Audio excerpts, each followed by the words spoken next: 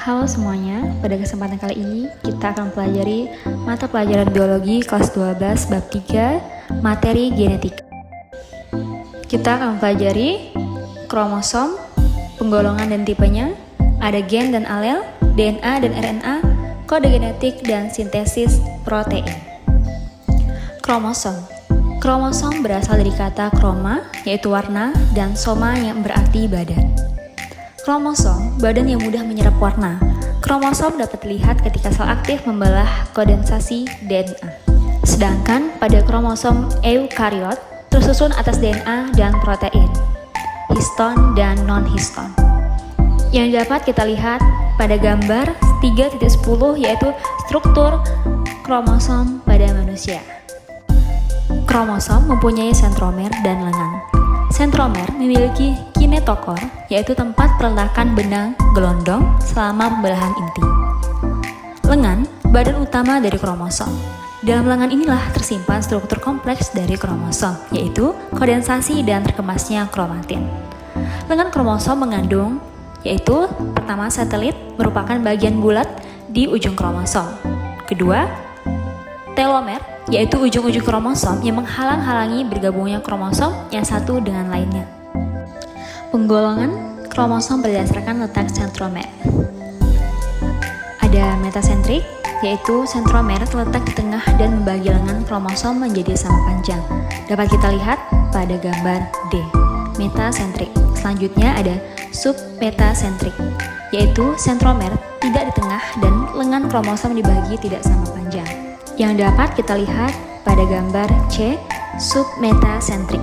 Selanjutnya ada akrosentrik, yaitu sentromer di antara titik tengah dan titik ujung submedian. Dapat kita lihat pada gambar B, akrosentrik. Dan yang terakhir ada telosentrik, yaitu sentromer terletak di ujung. Yang dapat kita lihat pada gambar A, telosentrik. Tipe-tipe kromosom dibagi menjadi dua, ada autosom yaitu kromosom tubuh atau somatik, dan gonosom yaitu kromosom kelamin atau seks. Adapun penulisan formula kromosom di dalam sel tubuh, untuk pria 44A plus XY atau 22A plus XY. Sedangkan untuk wanita 44A plus XX atau 22AA plus XX. Dan di dalam sel kelamin, untuk pria ada 22A plus X atau 22AA plus Y. Dan untuk wanita 22AA plus X. Kromosom homolog adalah pasangan kromosom yang memiliki panjang, letak sentromer, dan pola pewarnaan yang sama. Sedangkan karyotipe adalah susunan kromosom yang diurutkan berdasarkan panjang dan bentuk. Ini dapat kita lihat pada gambar di penjelasan ya. Selanjutnya ada gen dan alel. Apa sih itu gen? Gen adalah unit penentu sifat tertentu yang terletak di lokus tertentu pada kromosom. Sedangkan alel adalah pasangan gen yang terletak di lokus yang sama pada kromosom homolog. Gen tersimpan sebagai urutan basa nitrogen pada molekul DNA yang dibatasi oleh promotor. Promotor ialah tempat dimulainya proses transkripsi DNA dan sintesis protein. Dan terminator. Terminator sendiri ialah tempat berakhirnya proses transkripsi DNA dan sintesis protein. Gen pada kromosom tersimpan dalam lokus. Pasangan gen dan alel dapat bersifat homozigot, contohnya AA atau AA. Dan heterozigot, contohnya ialah AA. Selanjutnya, kita akan membahas DNA. DNA sendiri yaitu suatu polimer yang disusun oleh unit-unit nukleotida yang tersusun berulang-ulang. Suatu nukleotida tersusun atas gula deoksiribosa, basa nitrogen yaitu purin dan pirimidin. Purin terdiri atas adenin A dan guanin G, sedangkan pirimidin terdiri atas timin T dan sitosin C. Dan asam fosfat dapat berjumlah 1 yaitu mono, 2, di atau 3, tri. Model DNA atau double helix berupa pita spiral yang saling berpilih. Strukturnya meliputi gugus gula fosfat merupakan kerangka dari molekul dan terdapat pada bagian luar, dan basa nitrogen pada untayan nukleotida berikatan pada basa nitrogen untayan lainnya. Ikatan antara basa nitrogen adalah ikatan hidrogen. Dan basa nitrogen purin akan berikatan dengan basa nitrogen pirimidin, yaitu G, guanin akan selalu berikatan dengan C, sitosin, dan A, adenin akan selalu berikatan dengan T, timin. Seperti yang kita bisa lihat pada sini ada gambar DNA. Sini ada ikatan hidrogen. Fungsi DNA yaitu mewariskan informasi genetik dari generasi ke generasi lainnya, dan sintesis protein. Dan juga replikasi DNA, prosesnya ialah yang pertama, ikatan hidrogen antara basa-basa terhidrolisis oleh enzim helikase, lalu terjadi pemisahan pasangan dua pita DNA. Yang kedua, masing-masing pita DNA induk mempersiapkan diri sebagai cetakan atau template dan menentukan urutan nukleotida yang akan disusun sepanjang rantai komplement dengan dikatalisir oleh enzim DNA polimerase. Dan yang terakhir tiga, nukleotida akan dihubungkan satu sama lain membentuk kerangka gula fosfat untuk pita DNA yang baru. Setiap kembaran pita molekul DNA yang baru akan terdiri atas suatu pita induk dan satu pita komplement yang baru. Selanjutnya, 3 hipotesis replikasi DNA. Yang pertama ada konservatif, yaitu rantai DNA lama tetap dan berfungsi sebagai cetakan rantai DNA baru. Kedua, ada semi-konservatif, yaitu rantai DNA lama terpisah dan masing-masing membuat pasangannya. Selanjutnya, RNA, ribonucleic acid. Pengertiannya yaitu suatu polimer yang disusun oleh unit-unit nukleotida yang tersusun berulang-ulang. Molekulnya dapat berbentuk pita tunggal atau pita ganda yang lurus. Suatu nukleotida tersusun atas gula ribosa, basa nitrogen yaitu purin dan pirimidin.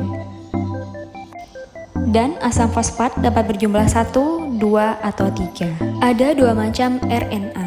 Yang pertama, RNA genetik hanya dimiliki oleh organisme tertentu yang tidak memiliki DNA. Fungsinya yaitu sebagai pewaris sifat dan sintesis protein. Sedangkan yang kedua, RNA non-genetik terdapat pada organisme yang memiliki DNA sebagai pewaris sifat. Ada 3 macam. A. mRNA, yaitu membawa kode genetik ke ribosom. B. rRNA, yaitu komponen utama ribosom. Dan C. tRNA, yaitu membawa asam amino ke ribosom. Selanjutnya, kode genetik atau kodon. Kodon adalah susunan 3 basa nitrogen dalam RNAD yang mengkodekan asam amino. Kodon yang harus diingat yaitu yang pertama A, kodon start, yaitu AUG atau methionine, dan B, kodon stop, yaitu UAA, UAG, dan UGA. Yang terakhir ada sintesis protein, yaitu ekspresi gen.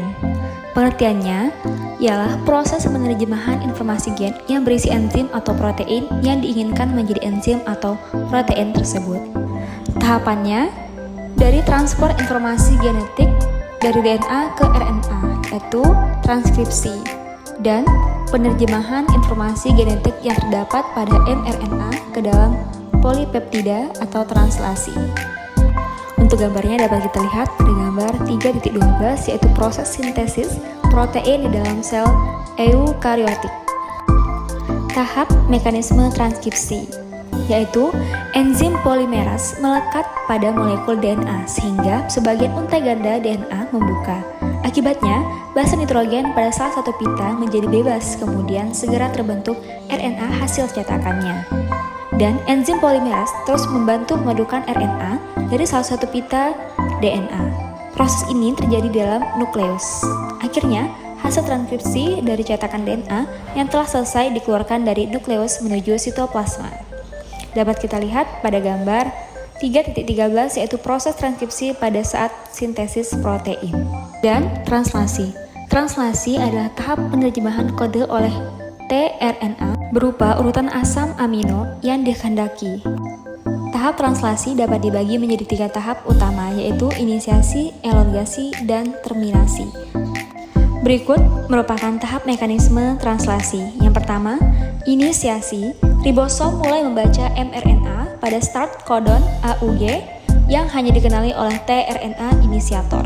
Kita bisa lihat pada gambar sini, yaitu gambar 3.14, tahap inisiasi ribosom mulai membaca mRNA pada start codon AUG yang hanya dikenali oleh tRNA inisiator.